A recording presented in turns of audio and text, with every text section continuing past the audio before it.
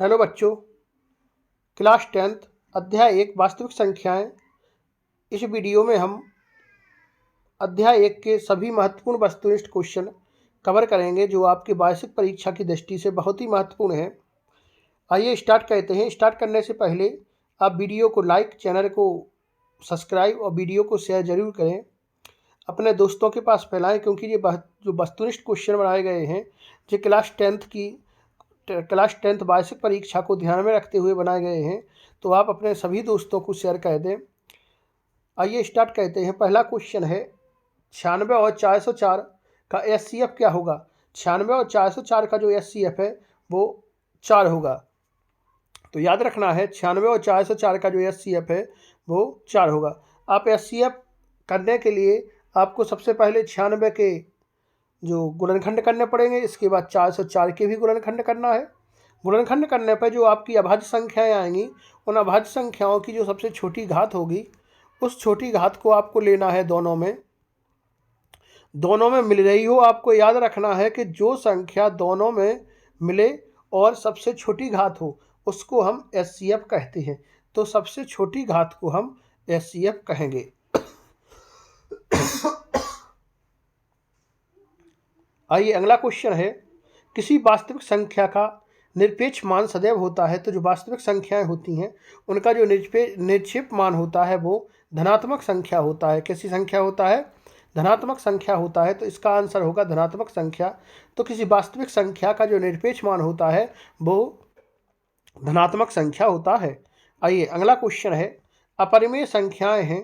तो यहाँ पे आपको दी गई हैं अपरिमेय संख्या √2, √3, √5, 5 माइनस √2, 2 √3 माइनस 1, 3 √2, 7 √2, 1/√2। ये सभी संख्याएं जो हैं ये आपकी अपरिमेय संख्याएं हैं। अगर हम आपसे कहें कि क्या √4 परिमेय संख्या है या अपरिमेय संख्या है, तो आप इसका आंसर देंगे कि √4 जो है वो एक परिमेय संख्या है। कैसी संख्या है? परिमेय संख्या है। √16 भी एक परिमेय संख्या है। क्यों? क्योंकि √4 का जो वर्गमूल होता है वो 2 होता है। इसी प्रकार से 16 का कितना होता है? 4।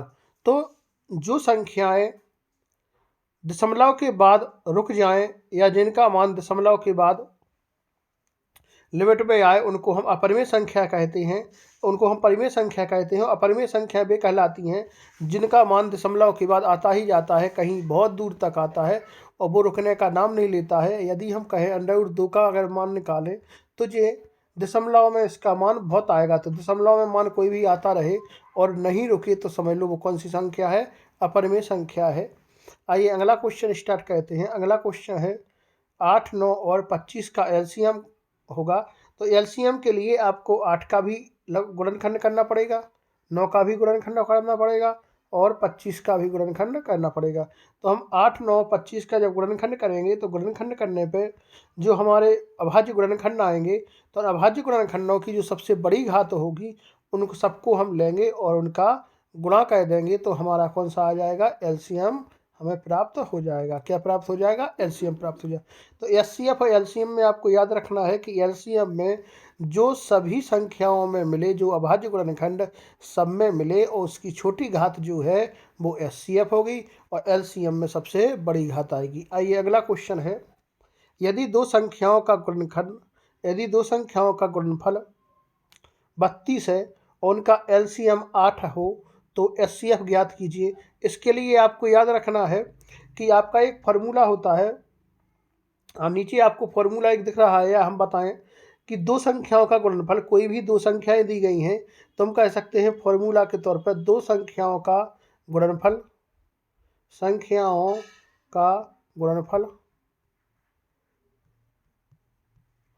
बराबर एलसीएम गुणा एचसीएफ। तो दो संख्याओं का गुणनफल करेंगे, दो संख्याओं के गुणनफल बराबर एलसीएम गुणा एचसीएफ होता है। तो दो संख्याओं के गुणनफल 32 दिया गया है और एलसीएम उसका 8 दिया गया है, तो हमें एचसीएफ ज्ञात करना है। तो हम HCF लिखेंगे।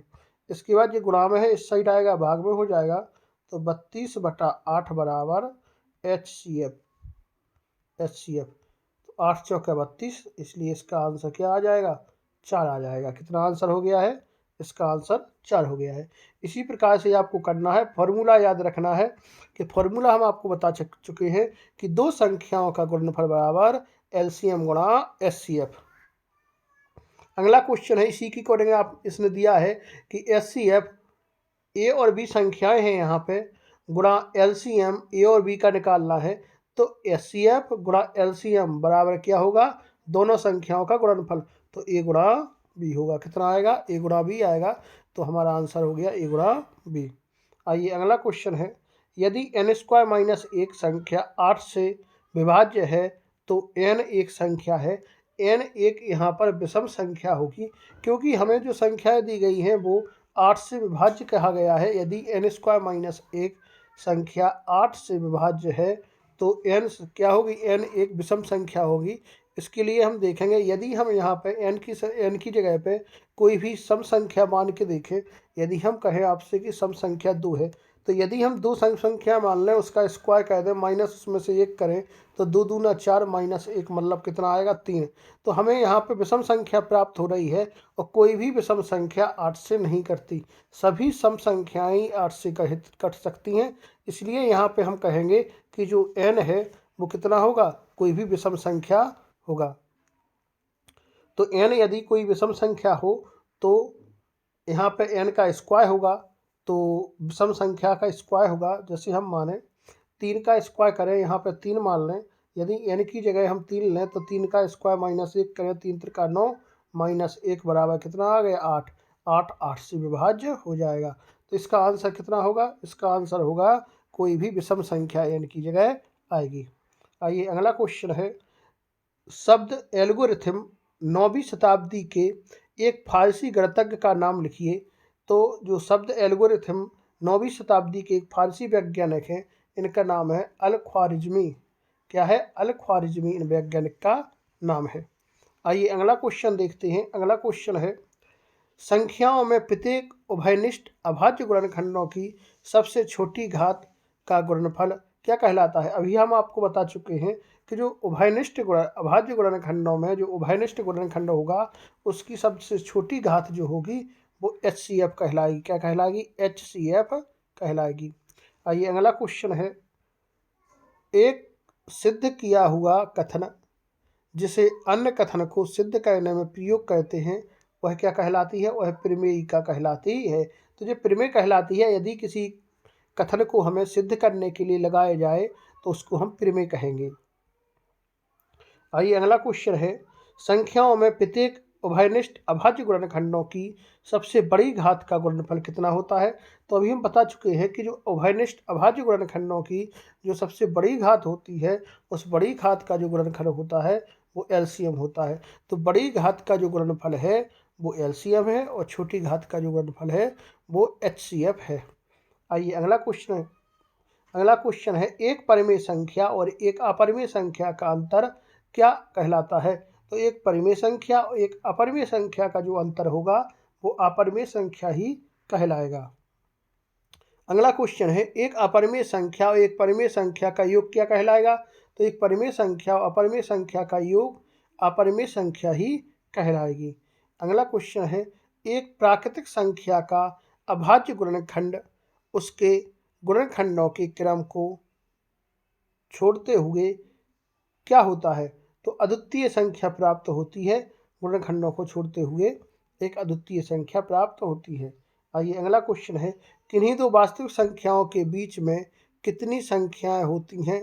तो वास्तविक संख्याओं के बीच में यदि देखा जाए तो असंख्य वास्तविक संख्याएं हो सकती हैं। तो किन्हीं वास्तविक संख्याओं के बीच में असंख्य संख्याएं हो सकती हैं। आइए अगला क्वेश्चन है, एक धनात्मक पूर्णांक हो सकता है। तो जो धनात्मक पूर्णांक होते हैं वो एक विषम संख्या और सम संख्या दोनों हो सकते हैं। तो धनात्मक पूर्णांक विषम और सम दोनों हो सकते हैं। आइए अगला क्वेश्चन है, प्रत्येक प्राकृतिक संख्या होती है। तो जो प्रत्येक प्राकृतिक संख्या होगी वो एक पूर्ण संख्या भी होगी। तो जितनी भी प्राकृतिक संख्याएं होती हैं वे पूर्ण संख्याएं होती हैं, लेकिन हम ये नहीं कह सकते कि सभी पूर्ण संख्याएं प्राकृतिक संख्याएं हो सकती हैं, नहीं हो सकती हैं। सभी पूर्ण संख्याएं प्राकृतिक संख्याएं नहीं हो सकती हैं, लेकिन सभी जो प्राकृतिक संख्याएं होती हैं वो पूर्ण संख्याएं अवश्य होती हैं। तो याद रखना है कि सभी प्राकृतिक संख्याएं पूर्ण संख्याएं तो होती हैं, लेकिन सभी पूर्ण संख्याएं प्राकृतिक संख्याएं नहीं होती हैं। आइए अगला क्वेश्चन है कार्ल फ्रेडरिक गॉस। तो जो गॉस हैं ये, इनको गणितज्ञों का राजकुमार भी कहा जाता है, कार्ल फ्रेडरिक गॉस को। तो जो कार्ल फ्रेडरिक गॉस हैं इनको गणितज्ञों का राजकुमार कहा जाएगा। तो कार्ल फ्रेडरिक गॉस का किन विषयों में मौलिक योगदान रहा है? तो इन्होंने गणित और विज्ञान दोनों के बारे में अपने मौलिक योगदान दिए हैं, तो इनको गणितज्ञों का राजकुमार भी कहा जाता है, याद रखना है। अगला क्वेश्चन है प्रत्येक अपरिमेय संख्या होती है। तो प्रत्येक अपरिमेय संख्या एक वास्तविक संख्या होती है। आइए अगला क्वेश्चन देखते हैं। अगला क्वेश्चन हमारा है यदि p कोई अभाज्य संख्या है और p a स्क्वायर को विभाजित करती है तो वह a को भी विभाजित करेगी। क्या करेगी? a को। यदि कोई p संख्या a स्क्वायर को विभाजित करती है तो वह a को भी विभाजित करेगी, जहां a एक धनात्मक पूर्णांक हो। यदि a क्या है? एक धनात्मक पूर्णांक है तो वह a को भी विभाजित करेगी। तो इस अध्याय के सभी महत्वपूर्ण वस्तुनिष्ठ क्वेश्चन हमने इस वीडियो में कवर कर लिए हैं। हमें आशा है कि आपको जो महत्वपूर्ण ऑब्जेक्टिव क्वेश्चन हैं वे बहुत ही पसंद आए होंगे। तो आप वीडियो को शेयर ज़रूर करें और अपना प्यार इसी तरह से दिखाते रहें। हम इसके आगे और भी महत्वपूर्ण वस्तुनिष्ठ क्वेश्चन लेके आते रहेंगे और आपके वार्षिक परीक्षा की तैयारी बहुत ही अच्छी करवाएंगे। तो आइए आज के लिए इतना ही, अब नेक्स्ट वीडियो में मिलते हैं। धन्यवाद।